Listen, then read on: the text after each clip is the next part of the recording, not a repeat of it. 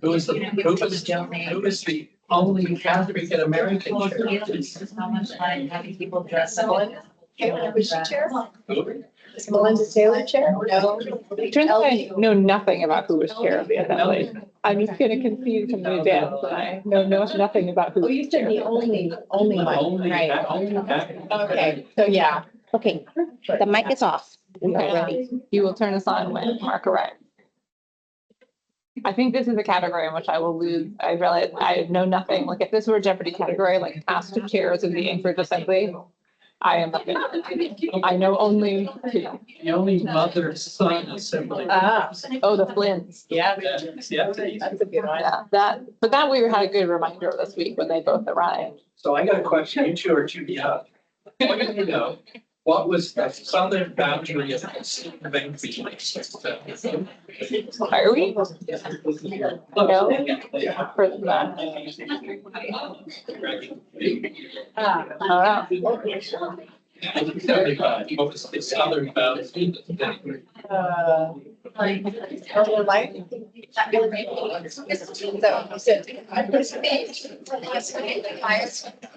Oh, yeah, that makes sense. I forgot about that. That was why there was no. Yeah. You know what the eastern boundary of the city was in 75? What? Campbell? No. Further. That was Fairview. Oh, yeah. Oh,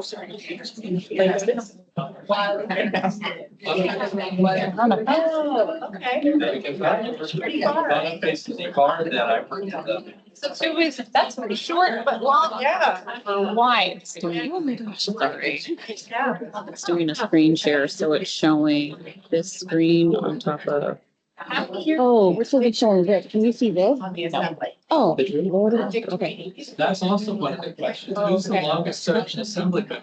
19 plus years. I need to go downstairs and it should. I need to go this, yeah, I need to go this way. Okay. So it's 2 rounds or 3 rounds? What? Was it 2 rounds or 3 rounds that he served? 3, must have been, right? Like rounds, like, because he took time off in between, right? He was in the 80s, 90s, early 90s, and he built 2 different seats in it. Oh, so that was the first technicality. And then didn't take a term off and come back? I'll go check it. Okay, let me know. So you know the only father son there? Father, son, The only mayor. father son there. The Sullivan? Yeah. Yeah, it's right here, it's on. That's good. No, I need to name, what is that? Yeah, that's the origin. Okay, let me check. We're gonna do it. Yeah, we do, but I'm like, I'm gonna fall. That's fun with these questions on Friday. What is happening on Friday? If you get. Oh, is this at the event? There's gonna be trivia? Get the question right, you get a t-shirt, you can get wrong, you get a book. Oh, it feels like there's an incentive to get it wrong. We're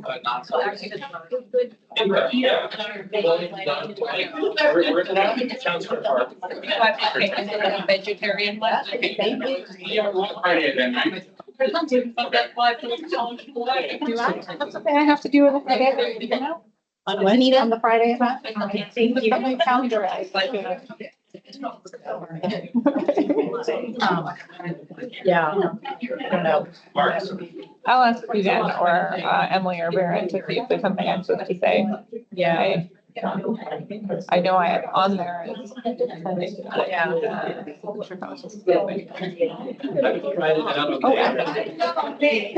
Can I leave a dance model? I feel like I'm saving that though for Halloween when we do.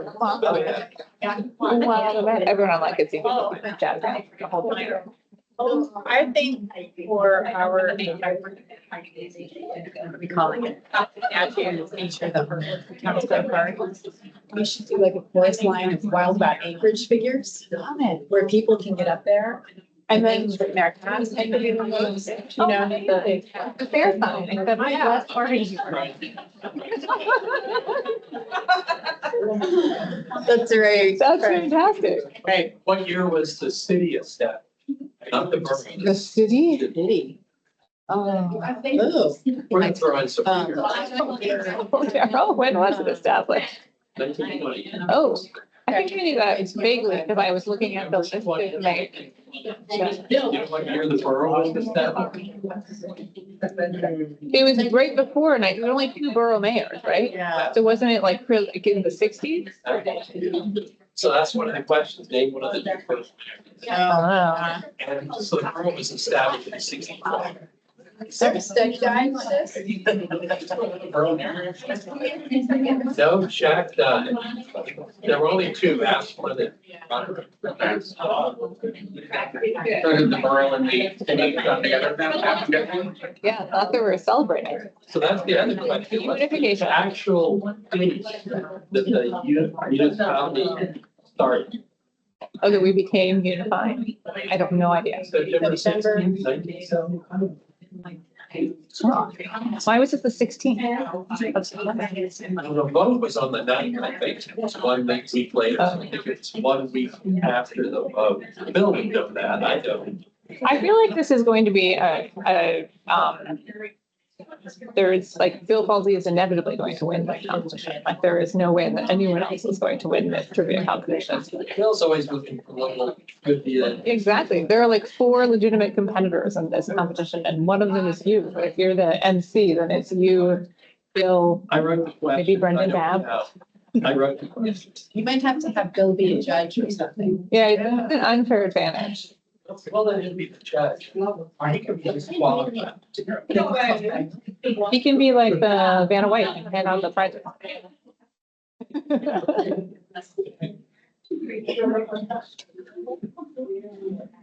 If there's a tie, you can ask that question. I don't know. Well, we're just gonna pick people and we ask them.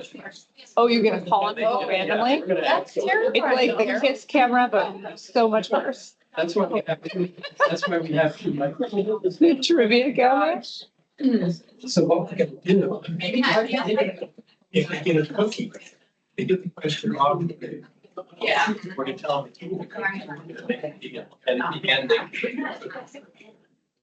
but we don't wanna tell them at the beginning. How cute are the shirts? 'Cause- We've got like 50. Okay. Okay, I like mine. Mine. We might get the mayor out there and ask the mayor. Do you have a cannon? What about a cannon? A cannon? We need to go ask the Open Arena folks Yeah. there. Yeah. Have you seen Shoot them over the back. You might have an injury. People at the museum. I was sitting on the side and people can't see, so I was gonna move it. So I was out. You, Permit center are you making today. fun of my 2 slides? Or don't slide. She said they've never seen them, you know, because we had slide in the first one. Oh, but then not after that. It's just amazing. I was like, I thought slides were expected. yeah, but yeah, so. I was told I was part of the assignment. I did a mediocre job, but I did do it. I think so, as long as Becky can see it. Oh, there's hers. You? You? Very good. How are you doing? Good. Oh, well, we've got 5 minutes if you want to. grab a There's pizza. something that's on your, Yeah, take a little breather and we go from every day. That's why he's here, it's because he heard you. Oh, I'm glad. I'm all in. There we I'm go. all in. I'm sorry, Mayor, I didn't get the name tag. No, that's okay. They don't know her. I know, Make a list. they cannot be here. Hey, Mark, does Becky's presentation look familiar? Looks good. Like it. Okay. It's kind of, my picture's kind The of hidden. transition report. Well, my picture's kind of hidden behind there. Yeah. Be like it. Oh, I know. You want to, can you move those little, these buttons, these things? Here. So that people can see the slide. Is that okay? Do you need me to unmute or anything? Are No, we it's, ready to it's go? ready, but Okay. yeah. All right, we'll go whenever you guys are ready. The real presenters. Are we recording already? Have you? Or- Everything's been unmuted, right? Okay. Okay. Okay, that'd be great. So we can start at any time. Okay. Okay, all right. Got me. Don't that was me. Yeah. We won't say who. Hello, everyone. My name is Marie Husa, and I thank you all so much for being here for our last in a series of 4 lunch and learns commemorating the 50th anniversary of our unification. So hopefully you all know what that term means by now. So great, I will turn it over now to our Mayor Suzanne LaFrance, to kick us off. Thank you so much, Marie. And I want to give a special thank you to Marie and Diana here and all the others in the team who have put these lunch and learns together. So good afternoon, everybody. Thank you so much for being here today. I would like to start by first thanking our municipal manager, Becky Wynn Pearson, for facilitating, and also to our guest, extending a warm welcome to former Mayor and Senator Mark Begich. So it is a privilege to gather here and reflect on the achievements of the 2000s and what they continue to mean for Anchorage and for our entire community. And a really good example, I think, is the Denina Center, which is so much more than just a building. It represents vision, it represents courage, and a deep commitment to investing in our community's future. It told the world that Anchorage was ready to host, that we were ready to connect and ready to grow. And today it remains a cornerstone of our civic and cultural life. I think it's pretty much full, every day over there. And that's something so close to City Hall we can see. And as mayor, I am reminded daily that leadership is a continuum. Each administration builds upon the work of the prior administration and those who came before. Looking ahead, we face challenges and opportunities, lots of opportunities. And events like this remind us that when we act with vision and when we act with purpose, our efforts leave a legacy that outlasts us all. And so today, as we celebrate 50 years of community in the 2000s, let's also commit ourselves to building a future worthy of the foundation that has been laid for us. So thank you all, and thank you, Becky and Mark. I look forward to hearing from you, Senator Begich, and for sharing this reflection with all of you. So with that, I will turn it over to our municipal manager.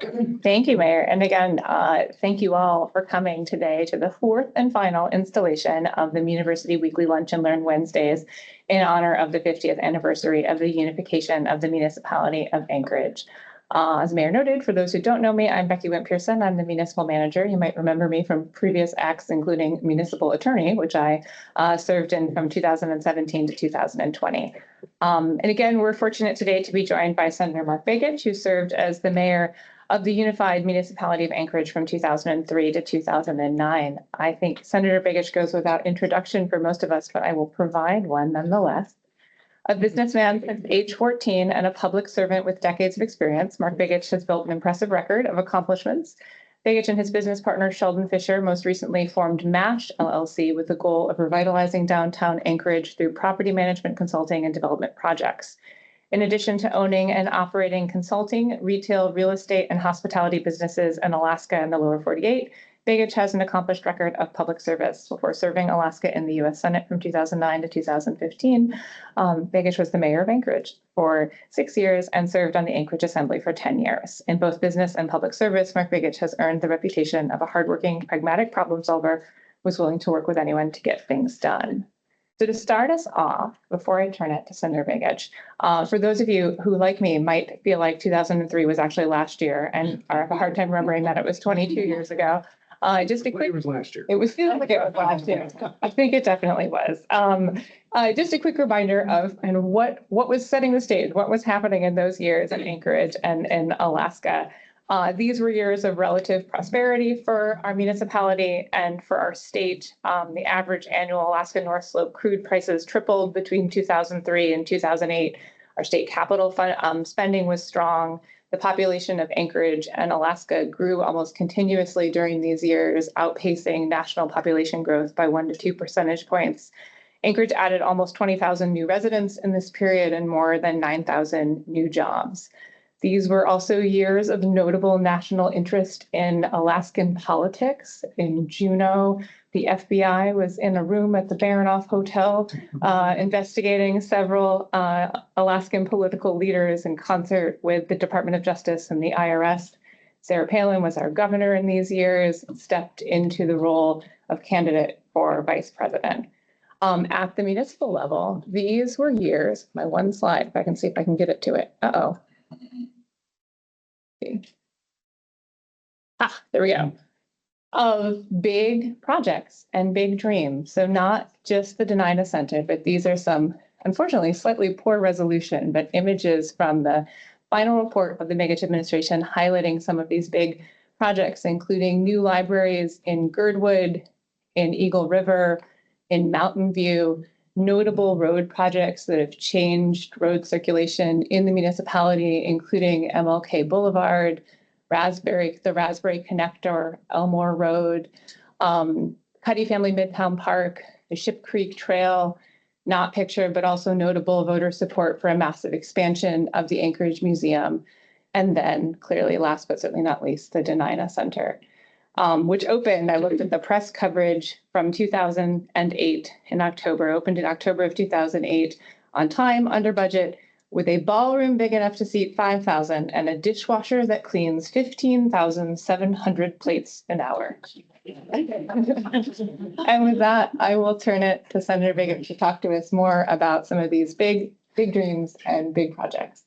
Thank you, Becky. Actually, the dishwasher was important, because the facility can operate as an emergency center. And there's a question of how many people can we get in there in an emergency and move the plates and the ware quick enough to feed a lot of people in case of emergency. So the dishwasher, it's a funny statistic, but it is an important statistic in a lot of ways. It's a interesting building because it has multiple uses. I think I should just stop with that introduction, just leave between you and the mayor. It was an interesting time. There was a little slight challenge. When I came in the office, we were facing about a $33 million deficit and a hole in the budget. And it was growing at a rapid pace. By the time we got to the end of the year, it was about 40 million. So we had a lot to do. I can't remember the exact number of the full budget. It might have been around 300 million. So it was a big hurt. And I love hearing about the library because the first thing I had to do was fire everybody at the library. And I remember the headline. The headline was Begich above the fold, when there's actually newspapers, above the fold on the top in if people remember the "We Are In" headline when the state became, it was that big type style. Fires 22 librarians. It didn't tell the full story, but I remember we had to make some dramatic shifts and changes, and it was not going to be fun. And we actually call it the duct tape approach. If you've ever made the mistake and had duct tape on your arm because you were thinking you save a piece and do a few things and you forgot, you got to pull it off. It's very painful. And I remember we had to do that, and everyone had to be part of it. It meant everyone from the person who delivered the mail, from the mail room to the person sitting up here in these offices. And it was not going to be comfortable. It was going to be very uncomfortable.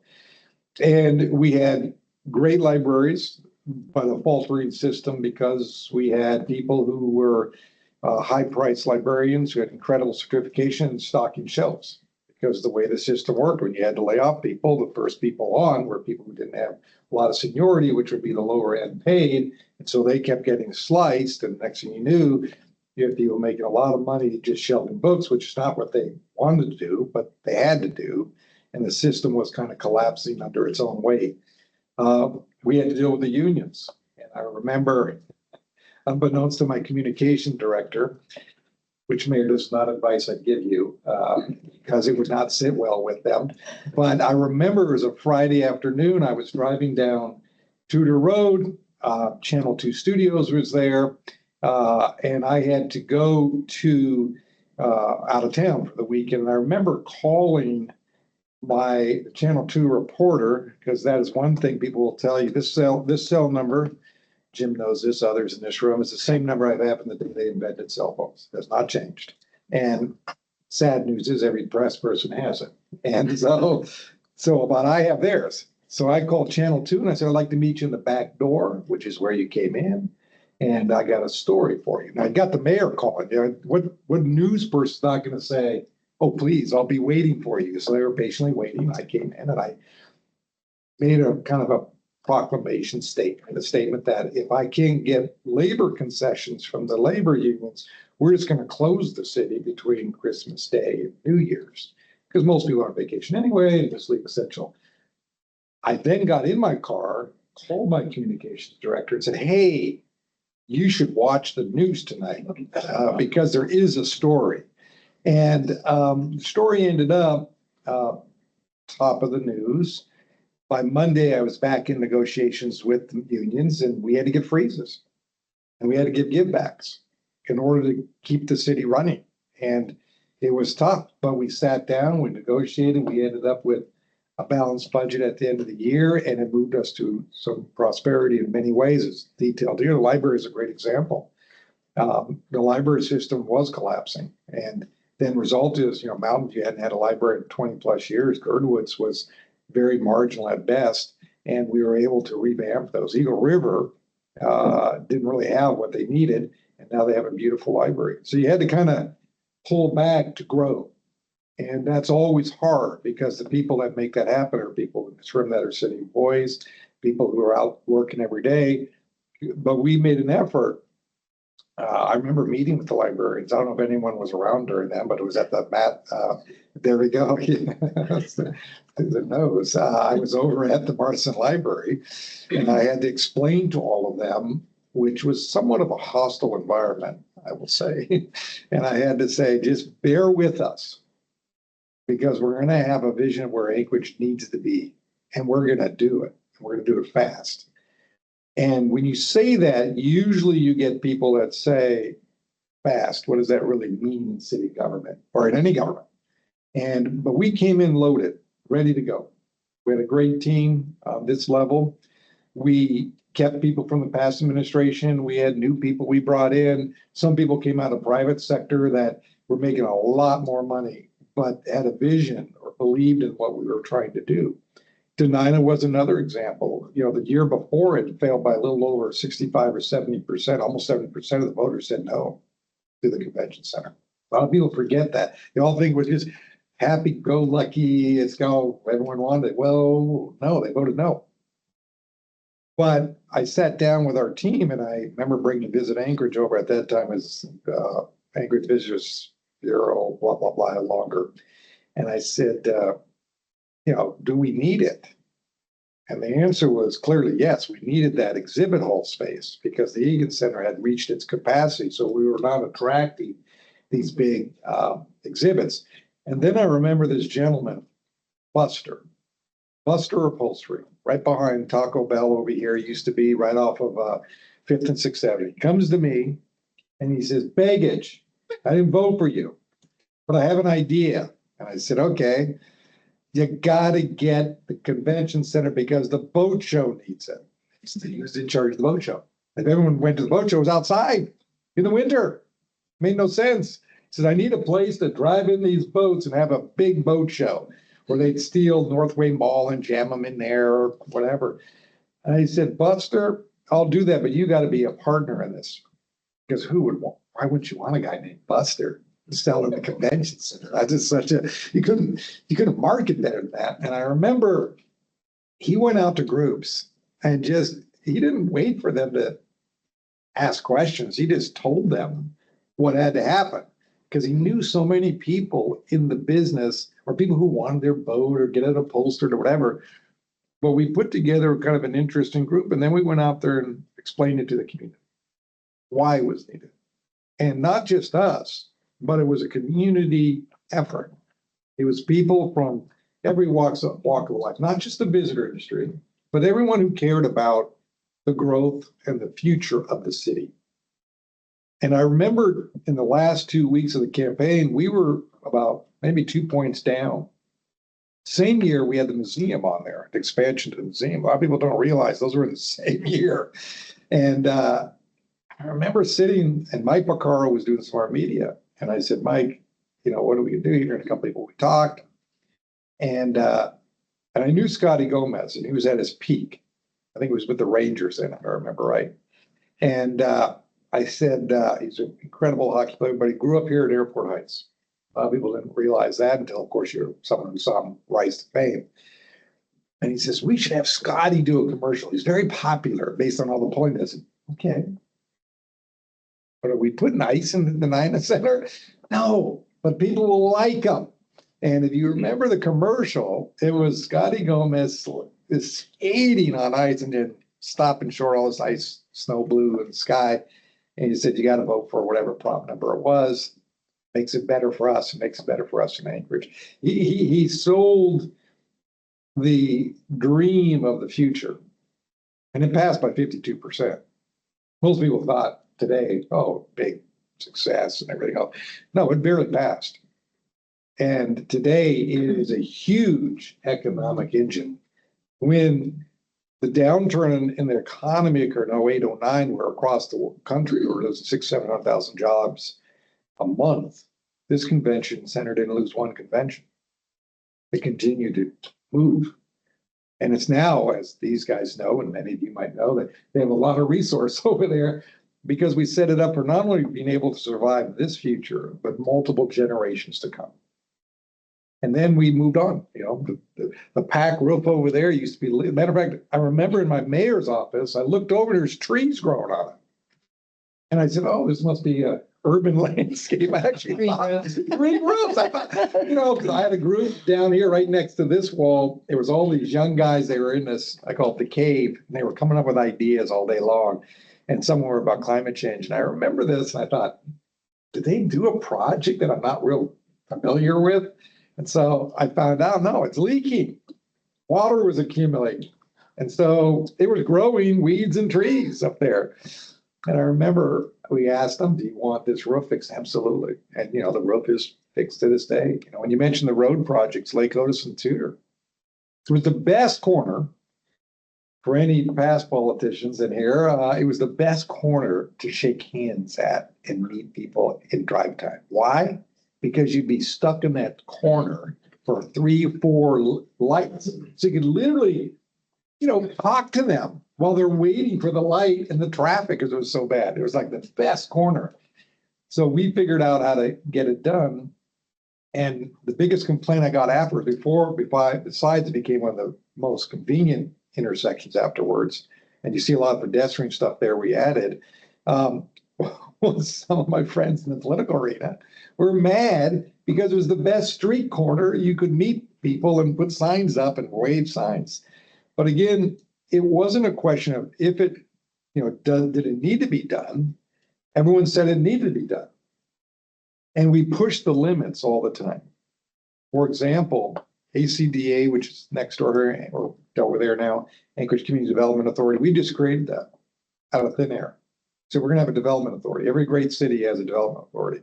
Created an effort for this to move forward. When we heard from the Federal Highways Administration, we had to go through this long, extensive planning for Lake Otis and Tudor because there was right of way. What I did was I sent out 2 private real estate agents who could not disclose their city was the client. And they could bid against each other, I didn't care, to buy up all the corners, except the church. Because no one's touched the church. Otherwise, you'll be struck down by lightning, and no one wanted to deal with that. But we bought all those corners because the way the federal highways works is you can't buy any right of way until you go through the whole process of an EA or an EIS study. So when the federal government asked us, well, you bought all this right of way, I said, no. The development authority bought it for future development. They're not building, they don't build roads. They do economic development. So I don't know what you're talking about. So we finished the plan. Then the city bought that land from the Development Authority to build the road. And then we sold off a chunk of it to Walgreens that paid for all the right-of-way acquisition. And we got it for below market. And so it's a very, to do projects, sometimes you have to push the envelope. And it means that everyone has to be part of that. I remember when Howard Holton was living, he was in charge of property facility management. And if you've ever gone over the Arctique, not the Arctique, but the Benny's Taco Wagon on Vincent, there's a little art store there. It used to be located next to the hobby shop on Northern Lights in Spinard. And they wanted to move. But in order to turn around, if you turned on Spinard Road and went down Benson, you have to go all the way down to Arctic. And Arctic, and then come back around. So it was a long loop. So traffic was a problem. So I said, why don't we just cut a road through? Oh, it's state right away, blah, blah, blah, blah, blah. And I said, yeah, but this is a contaminated site the city owns. This group would like to buy it, thank God. Put a little art store in there. Why wouldn't we want to do that? Plus, we'll solve a traffic problem. Well, this and this. And I remember calling Howard. And I said, Howard, and I think Lance Willow was traffic engineer at that time. I said, let's just cut the road through. Do we have the equipment here to do a strip pave on it and cut the curbs and be done? Yeah, but DOT, they're going to be really mad if we don't get their permits. And that will take several months. Yeah, don't worry about that. Can we do it can we get 60% of this done? We started on a Friday by Monday. And they looked at me and they had trust in each other. Well, I had trust in them and they had trust in me. So what did we do? We did it. We just cut the curb, strip paved it very quickly.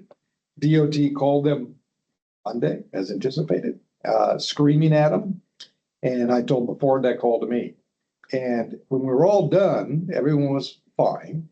But the point was, we wanted to get the project done. It was a small project, but for the betterment of the city, it was an important project because it straightened out circulation, but it also took a piece of property that the city was stuck with, put it in economic development, took an art building or building that sold art supplies that people always went to, continues to thrive to this day.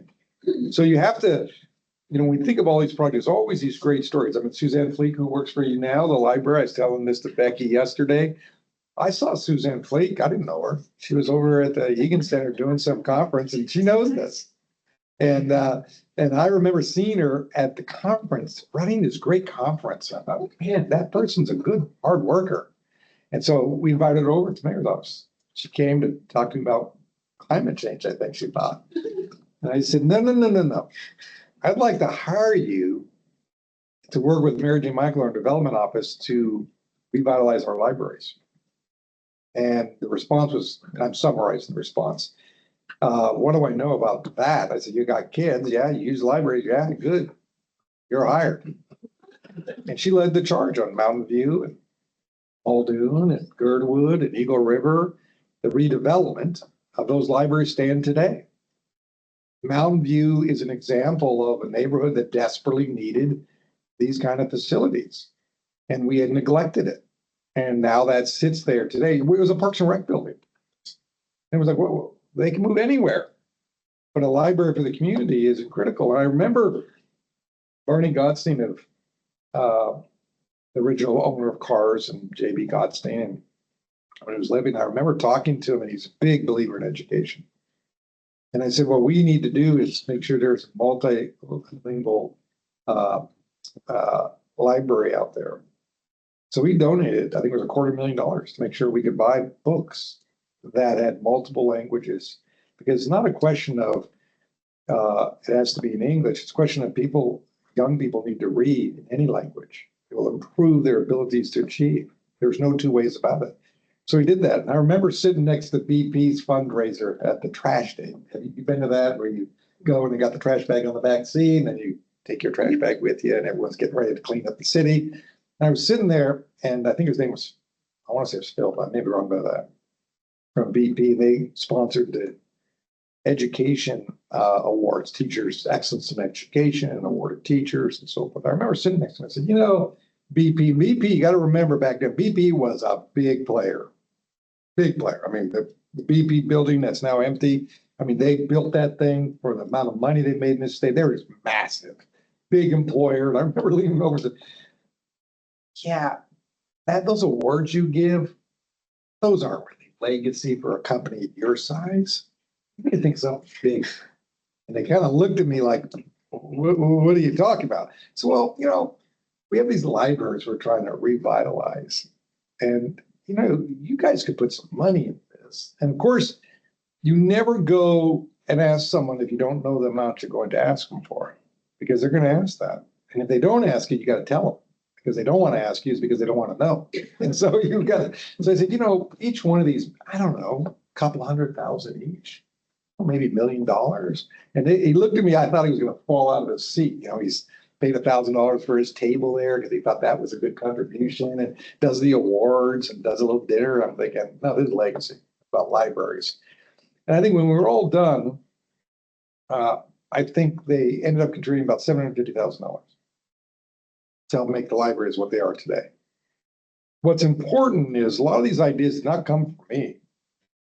They came from people who worked in the city, who said, what about fill in the blank?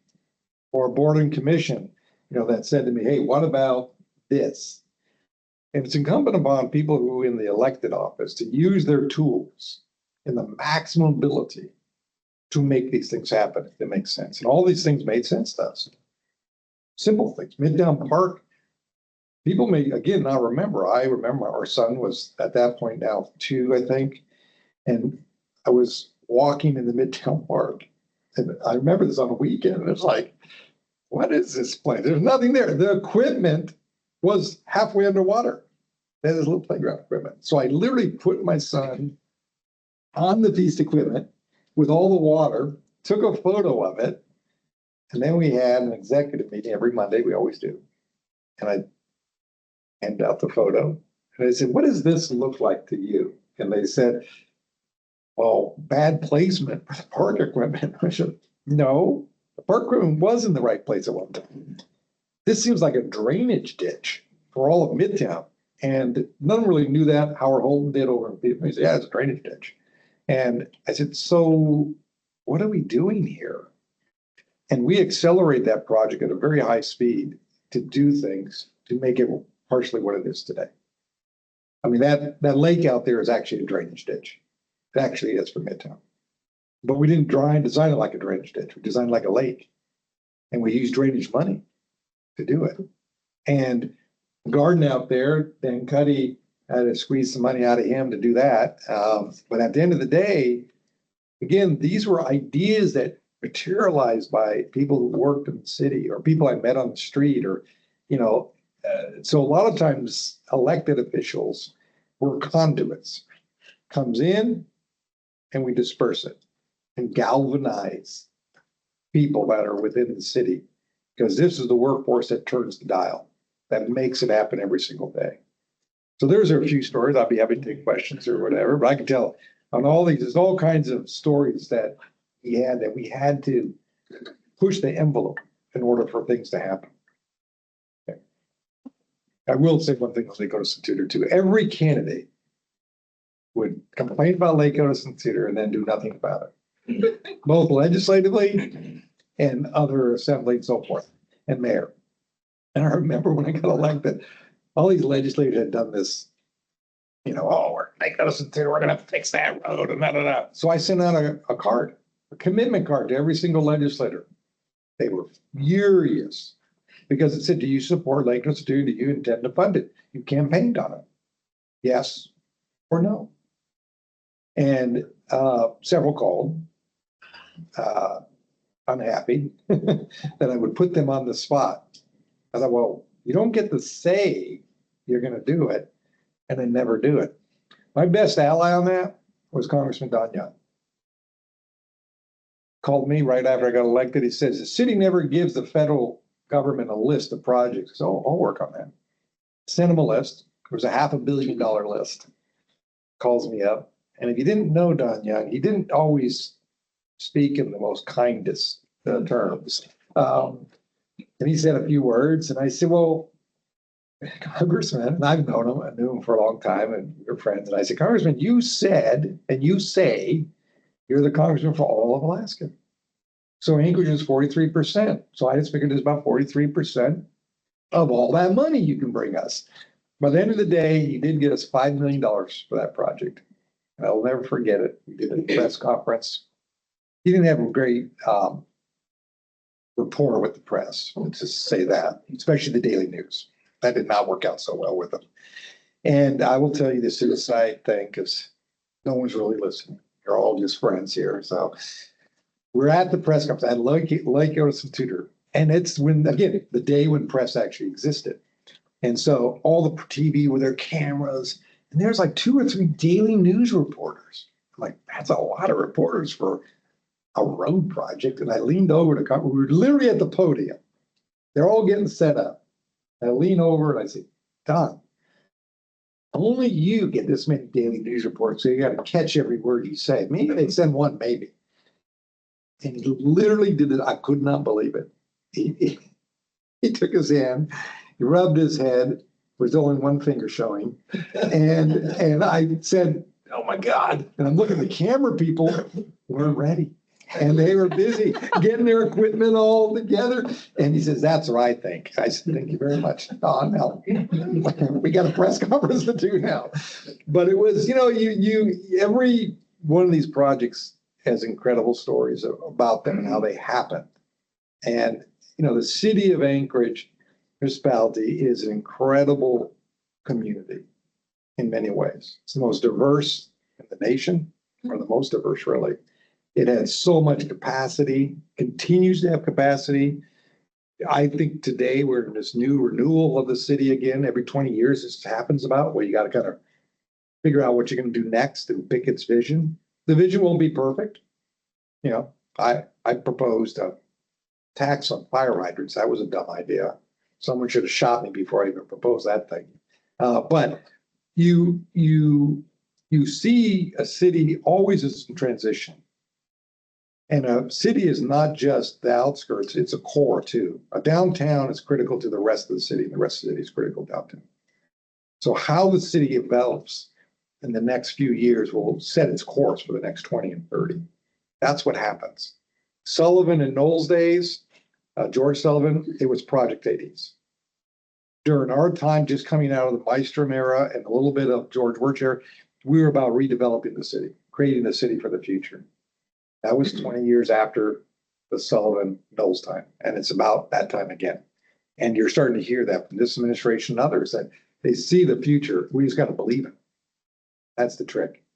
You got to believe what's possible in the city. And there is so much that is possible. Now, so that's called senitis. Talk too much. Thank you. I have a number of questions, but I think I'll open it up first for others, anyone in the audience who might want to raise a question. Are we able to take questions online as well, or? No. Okay. All right. We'll take it from live audience. Favorite question. Question is remark. I've known this young entrepreneur since we had a nightclub at age 14. And in the lobby, he had a credenza full of jewelry he'd made. Yeah. But over the years, you've known everybody. I think one of the reasons you've been successful is you talked to everybody. There were no aisles. Anybody that had something, that needed something, you reached out to them. And I think you've taken this entrepreneurial spirit to the municipal government when you were senator and certainly now redeveloping Anchorage. So my statement is that the reason you were successful is you didn't close anybody out. Everybody got to contribute their ideas. And I'm hoping that this administration is redeveloping that mindset in the community. But thank you. Thank you. It is a really, people ask at times, what's my philosophy? My philosophy is not that complicated. I wake up and I breathe in, my wife and son are there. It's a great day. Everything else can be fixed. And it can be. And never take anything personal. I mean, the Senate was probably the toughest because healthcare and others, I had to do a town hall meeting on healthcare out. I think it was Bartlett High, if I remember right. Might have been East. And, we had death threats. I probably 12 or 15 undercover police officers in the building. We had US Marshals. You have to always remember people are passionate about their ideas. May you like them or not. As an elected official, your job is to find the common ground and move forward, whatever that is. If your objective is to just fight, don't serve in public office. Because really, your objective should be, how do you bring these people together? Because when you look at the core of what we all talk about, there are similarities beyond what you see on the surface. And we have to figure out how to grab into that, pull it out, and not be afraid when someone calls you names. And I got plenty of them. I can write the book on that. And call them back up and say, hey, why not? Why can't we do this? Why can't we do that? But thank you. Thank you for the comment. Yeah. Well, I don't have a question, but I'm looking at the photo from the transition report from September 10th, 2008, almost 17 years ago. And I remember that was a very emotional event for a lot of people in the community. The longest street sign in the city. And there were dozens of people who posed for pictures under that sign. Yeah. And it brought a lot of closure to a lot of people in the community. I was just wondering if you could talk a little bit about naming that street, how it happened. The Martin Luther King Drive one? Yeah. Yeah. So in politics, you sometimes get delivered things when you get elected that you don't want. Not because you may not believe in it, but because the way it was handed to you. And I remember when I got elected, this happened twice. Jim, you might remember this from Don Smith days when I think it was 9th Avenue was Martin Luther King Drive. They attempted, then it turned into a political mess. Well, my predecessor left me a gift, and it was, I forget which street, I want to say it might have been 9th again, but to name a street, Martin Luther King Drive, and he told that ministerial alliance here that it was going to be happening. Well, he had no plan for it. He just left it for me to figure out. And I don't know if it's your conference room still, but the city manager conference, I remember I had to meet in the city, brought all the pastors together, had them in a room.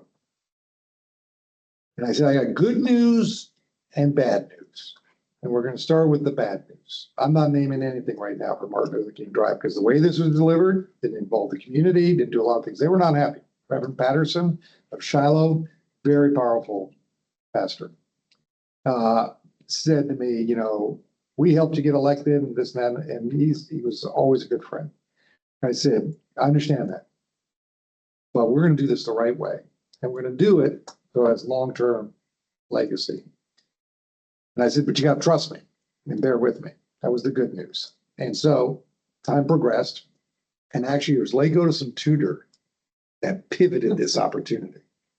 Because what they did not know, because the legislators were so mad at me, they came up with their own plan how to solve Tudor Road traffic. And it was to build that road that comes off of Boniface, because there was no name for it then. Came off of Boniface, came all the way down, soon go parallel to Tudor, tie into Dowling and continue out. What they didn't know was we did that design, that draft, but we didn't disclose it when we talked about Lake Coast and Tudor, because you always got to give your opponents something to talk about. And you'll see how all these connect. So I hear at that time it was Senator Ben Stevens, Speaker, Senator of the Senate, President of the Senate, was holding a press conference out there at McGraw near the building safety. And I'm down at the Library Association explaining how I fired a whole bunch of people, and it was at the Hilton, and how have faith, things are going to be great. And then I get in the van, it's Julia Askin, this woman, Heather Rauch, who was made, Julia's my communication, said, oh, by the way, we're taking a little detour. We're going out to this press conference that a bunch of these senators are having out there behind building safety. And they're like, what are you talking about? So we drive out there. I stand by the cameras. They're doing their things, but they cannot get their eyes off the fact that I'm there. And I did position myself appropriately right with the cameras here, facing them, and I'm behind there with the reporters. They got to look at me. So they're getting just steaming mad. They got some charts showing this new road and all this and that. Then they come over and yell at me. Well, what do you think the media covered? Them yelling at me. And so by the end of the day, Kevin Meyer was co-chair of finance. They funded $75 million for that extension at McGraw, or not McGraw, but Dowling Extension, unnamed road. And I remember when they did that, I just smiled and I said, call pastor. The pastor's up, said, oh, do I have a road for you? And it's going to be exactly core of Martin Luther King, near education, near government services, near quality, your healthcare, near parks and rec. All this connectivity, what surrounds that road, is a component of what Martin Luther King stood for. And there's one power the mayor has. They get to name any road in the city. And guess what we named it? That's what it is today. And I could not be there the day they dedicated it. And L.V. Gray Jackson was there to do it. But it was the best deal I ever got because the road got funded without any engineering plans. They were just so mad. $75 million pre-funded and built the road to what, if you went back and looked at our drawings, it showed that road. But we didn't show it in our press conference on Lake Otis and Tudor. So it's a great end result. The pastor participated, the community participated, and it was a great dedication of what Martin Luther King stood for. When you think of the crime lab, which investigates unsolved crimes and all kinds of stuff. And then you had Parks and Rec over here, medical facilities, neighborhoods. I mean, it really was a great amendment. And the public transportation had at the end. At the end, right, public transportation. Pretty That's right. symbolic. Yeah, it's very symbolic in many ways. And I couldn't believe it when that came in front of me. I said, oh, this will be a dream to me. Thank you. Yeah, it was a great. Like I said, someday I'm going to write these stories down because we're just, there's a better feeling going there than at the library than prior. I will tell you that. Other questions that folks might have? Easy, great. Oh. Jim? Explain Oh. what you did to get the money to do the second vote on the convention center. This gravel, For the convention. yeah. So for Denina, there's some great, Denina is a beautiful facility. You know, when you think about it, you know, we're fortunate to have it. I think one of the things we had to do, we had to go to the hotel motel industry and say, oh, by the way, we'd like to go from 8% to 12%. And, you know, there was a little friction, but at the end of the day, they understood the value of it. And then we created another organization to kind of campaign for it. So we grabbed people from all over the community and said, okay, you got to be can't be elected official. It needs to be the community who needs this for the long-term health of the community. And so we were able to put that team together. Then we had to raise money for the campaign because no campaign survives on nothing. You got to raise money. And I remember I made a lot of calls, but others did too. And we raised enough to really inform the community about the value of this facility and what it would mean in the long term. And I said it earlier, the hardest part, people ask me all the time, what's the hardest part when like when I was mayor or senator in a public office, when you're trying to get people to think of things to do. And it's getting the community to believe in itself. Because that is the hardest part, because negative information is easier to absorb, even though you don't want it. You absorb it quicker. Positive stuff isn't, you don't read the news about positive things. It's all negative stuff until you get to the last 3 minutes and some kid did some great things and raised a whole bunch of money for somebody. But getting the community to believe, we did quarterly polling right outside, so here in the mayor's office, we did polling every quarter. We always checked how people felt about the direction of the city. And when I was first elected, the direction of the city, people felt it was going the wrong direction. It's right direction, wrong direction, 60+% wrong direction. Within the first 2 quarters, by the first 2 quarters, it was almost 70% right direction. So we knew at that moment, because we were starting to do a few things, being very straightforward with the public, that they believed in what's possible. Once that occurs, you can do many things. But if they don't believe in themselves as a community, then why would you invest in the community? You're not going to do it. So we had to move that the right direction. Jim, did you have something? I just wanted to get a general comment from Mark about relationship with state government. Because, they used to be the funders Yeah, of a lot of things. yeah, Those days were over, certainly in the near future. Yeah. So it's getting a lot of money. That, and just your observation of how you interacted with them, you were here, and what you're seeing and feeling now about the city's pretty much on its own. yeah. Find ways that there's not going to be a lot of money from the state for a while. One of the first philosophies we had, and Becky, this is an interesting note. We made a decision never to use one-time money for operational. That was the first thing we did. That was painful because that meant you couldn't use one-time money. Maybe you got a grant. You want, fire department was a great example. I had to tell the fire department one day when they want a grant, I said, you can't have it. You're gonna win it, but you're not gonna get it. Because it was operational money with no next funding. I had to cancel the Health and Human Services building because it was a great idea, but there was no money to operate it. So we made some decisions back then because we saw on the horizon the lack of state commitment to their local communities was going to grow, meaning they were going to do less and less. But back then, Sarah Palin was governor, and she was former mayor. You think she'd get it, but no, they cut municipal assistance revenue share. Now I did do a few things once we got some money back in that area. I made sure the property tax bill had listed on there your state municipal funding source, where it came from. So if they cut it, then you were going to know there's no more money for them, and that's why your taxes went up. Not because we did it, they did it. Now, they didn't like that too much, but they have no control over the Treasury Department of the city. Only the mayor does, so we could deal with that. But we had to do some things that are pretty tough.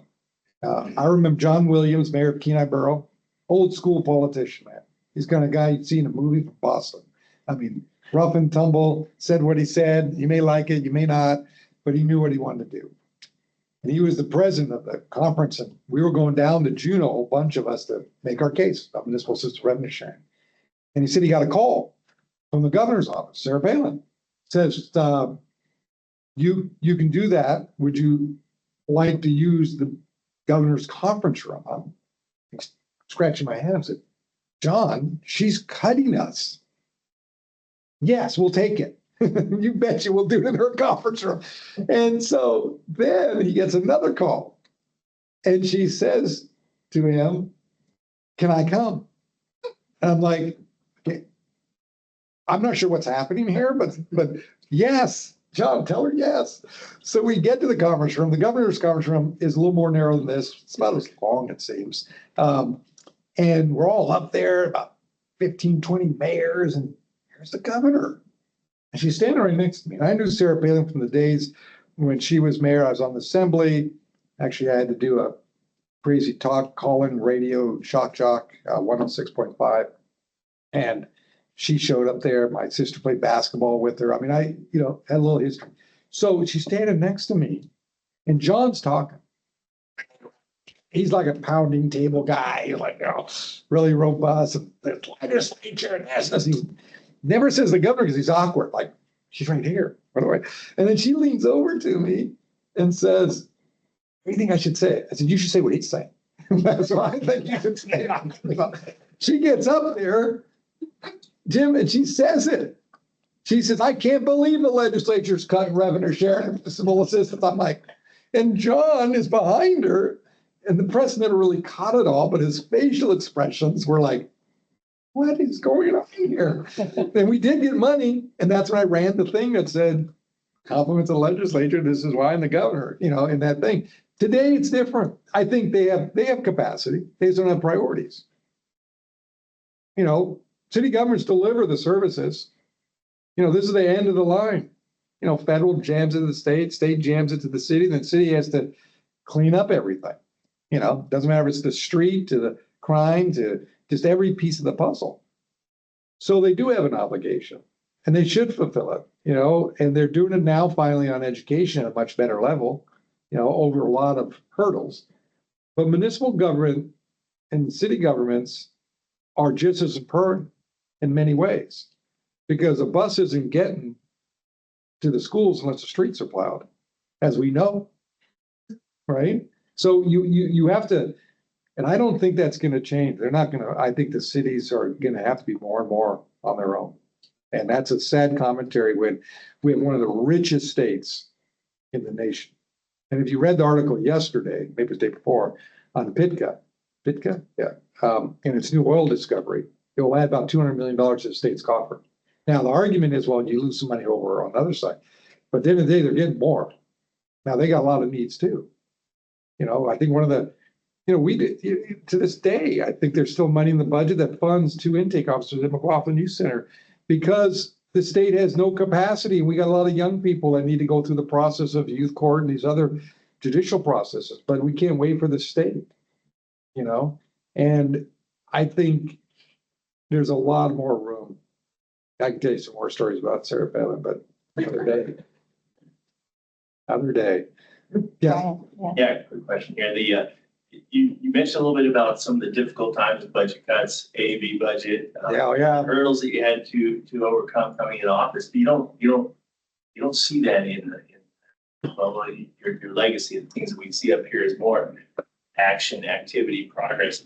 Maybe tell us a little bit about I recall days on the 8th floor, which is a frenetic pace up here. Tell us about the team that you built. Yeah. And how you empowered people to get stuff done. There's just a lot of stuff happening. Yeah. Just where I will tell you, jogged a memory, as I'm saying this for Becky's opportunity here as city manager. You know, I want to do 2-year budgets because there's such a waste of time. You know, you spend 7-8 months cranking through the same stuff. Variations maybe 2-3%, you know. And I remember I brought an ordinance in the city to want, somebody didn't want to do it. And I told them, it doesn't matter. I'm giving you a 2-year budget. And you look back in the document, you'll see there are 2-year intervals. And I did it anyway, because it helped get that off the pressure of all the people in the departments of recreating the same paper mill, then to focus on the work ahead of us. But we came in, you know, the team, someone I didn't know, you know, Dennis LeBlanc was working for George Wirch. He was OMB with Cheryl Frasca. And they came in to present to me at the transition office. And I'm listening, they give me the budget transition, I'm listening. So it was great. You know, Cheryl Frasca was very political and there was no way we were going to keep her. She knew that. But then she left and turned to my future chief of staff, David Ramsey. I said, we're hiring Dennis LeBlanc. He's our city manager. And they said, you know, you have different mixes of people in your office. You have some that are very political. If you're not on this side, you're on that side. And David said, why would we hire him? I said, because he's actually competent. And, you know, I like that he had some ideas and he wasn't afraid to be in that meeting and tell me that. He preferred to be the fire chief. No, yeah, but I hired him. Heather Handyside was working for George Wirch. And I remember interviewing her and I said, geez, she's dynamic. She came from the chamber in Washington State. That's where she was at one point. And I said, I didn't know her. And I said, I'm going to keep her. You know, she seemed. So it was really about always keeping your eyes open for the talent. And then talent was excited about this election, my first election. I mean, I couldn't get out of the Performing Arts Center when we did the swearing. We had to have security move my son out because he was at that point just low one or two right in there, and get my wife out there because it was insane because people were excited. And the key in an elected position, when you feel that excitement, you have to tap into it and the talent will come up. But always keep your eyes open for talent. The example I gave about Suzanne was looking at talent. Or the woman who I put on the arts board. One day I was at United Way, she's talking about this experience as a young mother. And I'm just watching her, incredibly poised. And I thought, man, I don't care. She needs to be one of our boards or commissions. I remember the one over at the Marriott, I was at a big auction dinner, 14, I didn't know how old she was, but she was a teenager. She's speaking and she was supporting, I'll try to remember the name of the group, but it was for people who are disabled riding horses and rehabilitation program. It will come to me in a second, but she's making an incredible grasping of the audience. I was amazed. And I turned to Diane DeSanto, who worked for me, and I said, Diane, whatever board or commission she wants to be on, she's on. She comes back and we're at the dinner. She leans over, says, you know, she's 14. And I looked at, is there an issue? I had my first business at 14. Go back. And so then this older gentleman comes over and says, I'm her dad. And do you understand how old she is? And I said, yes. She'd be great on Parks and Rec, for example. Kids use Parks and Rec more than anybody. And I put her on that commission. And people will know this, Dick Traney, super good friend of mine. His wife Sandy was chair of the board. I get a call from Dick. Oh, you got to solve this problem. Sandy's really upset. About what? He put this 14-year-old, da da da da. So they both came to meet with me. He was chair of the assembly at that time. And they're sitting in my office. And to this day, incredible friend still. And she starts saying, you know, we have to just take time to read everything and this and this, that, this, the meetings go longer. And I looked right at Sandy and I said, good, maybe you'll make better decisions because you have to actually pay attention to what you got there. Then Dick, as being a good husband, introduced an ordinance to disallow people under 18 to serve on boards and commissions. Okay, that was a mistake. I remember he was down in the city manager's office. I walked down there because I knew he was there. And I did what they call an LBJ move. He comes out, I put my arm around him, and said, Dick, I don't know about this ordinance. I'd be careful if I were you. But hey, man, it's your political life. Shows up. The room is packed with not just kids, but who? Parents. Because every parent believes their kids are great. And why not? And so that item was like item, you know, whatever B, you know, A, B, C, D. 7B or whatever, public hearings. It suddenly moved to the bottom and then about 11 at night, 10:30 at night, tabled indefinitely. Boom, off the agenda. So I always kept my eye out for talent. Always looked for people that had interest. I was fortunate. I had an incredible team. I mean, they were energy. Mary Jane Michael, who ran the Department of Economic Development, I called her up. She was running the neighborhood housing. I said, Mary Jane, I don't know what I need, but I want to hire you. She says, for what? I don't know, but you have what I need. When I was down at Girdwood, I saw Rosie Fletcher speaking after she won her bronze, I think. It was a deer, and I'm looking at this 20, I don't know how old she was at that point. I'm thinking, man, a person that has that much ability, we need her to help us with Girdwood. Because if you remember, we had water issues down there. We had a golf course that no one wanted, and people were pissed off. And, you know, I went through the list. I said, I need someone who has the wherewithal, the focus. So we hired her. She helped us work the Girdwood. So it's always keeping your eyes open for talent and not being afraid to tell. Rob Hune, chief of police, he was a sergeant. I broke all the rules. And I said, he called me up, or I called him up and said, I don't remember this to this day. I was in my basement, sitting in a chair. I called him up and said, Rob, you've been bitching and moaning. He was the head of the union. And I said, you're bitching and moaning all the time about unions don't get this, members don't get this. Good, here's the plan. You're going to be deputy chief, and 2-3 years after that, you're going to be chief. So now you get to deliver for whatever you said you think they should have. He became a great chief. He's U.S. Marshal to this day. And he was a great chief. But I think he was surprised, and so were the leadership. But they liked Rob because he was open, fair. So that's how, I mean, it was fun. I had someone, Celeste, used to complain all the time about minority issues. I said, good, you're going to go work in the OEO office. You'll be the head of it. And I said, you know, you don't get the bitch from the side. You get to come in and help fix it. And if you're going to keep bitching on the side, don't call me anymore. You're going to get a chance to be at the table to change the deck. And they did training programs over the police department and other places. So it's keeping the eye out and not being afraid to take, you know, most of them, you know, I didn't know Dennis was a Republican. I didn't know. I didn't care. I said he had the talent that I needed. And people were going to be, they had to be straightforward with me. Because sooner I'm going to know. Because my style was always reaching deep down in the ranks. You know how others do that. I'd reach down and say, what do you think of this? So it was always being informed about what was going on, but always giving a lot of latitude to my teams. I didn't run the police department. I didn't run the fire department. You know, but I gave my input and listened, and then we all moved together. But it was fun. It was a fun time because we were gonna do things. We weren't gonna just push paper. And they also figured out after about 6 months that I push some paper, but sometimes I might just get past it because we gotta get it done. And we'll worry about the rest later. So, Well, I'll ask one last Yeah, sure. question to wrap us up since we're about at the hour mark.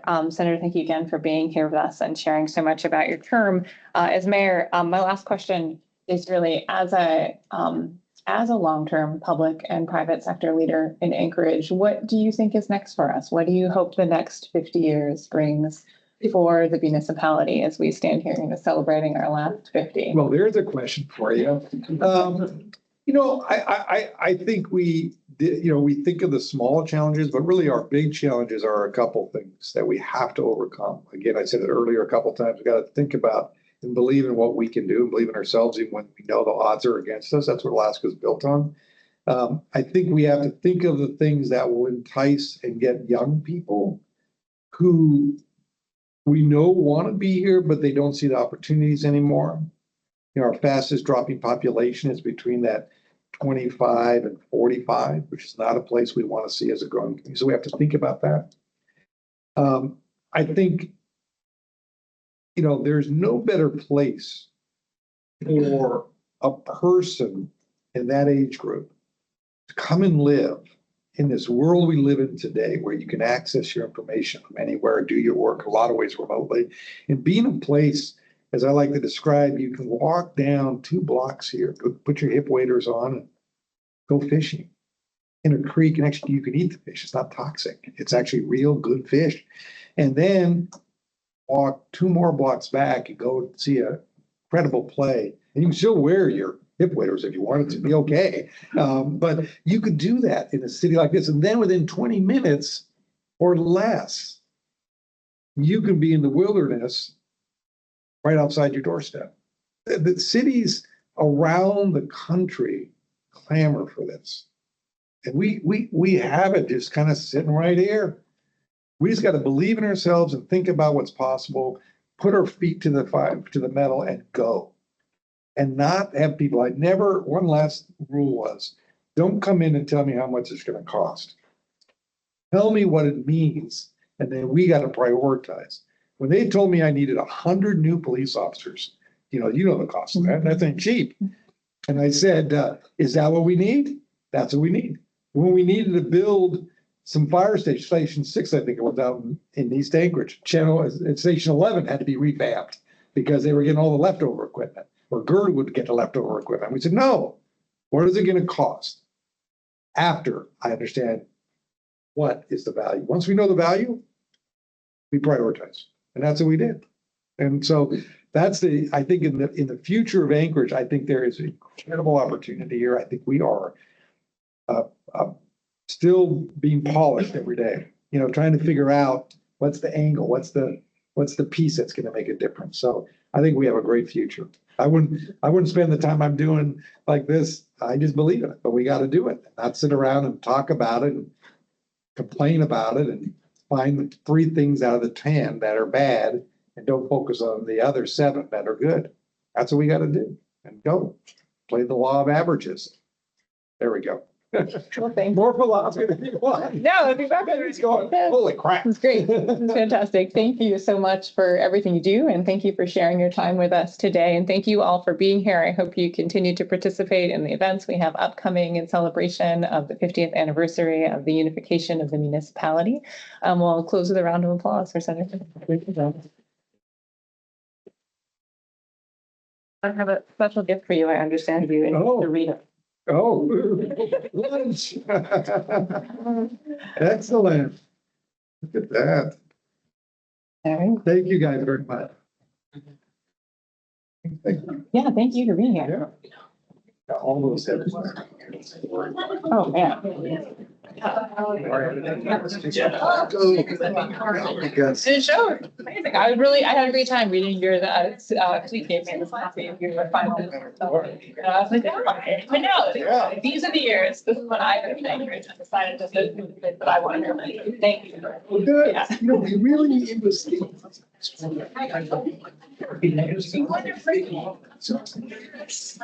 Nice. All right, so I'll see you on Tuesday. That was understandable.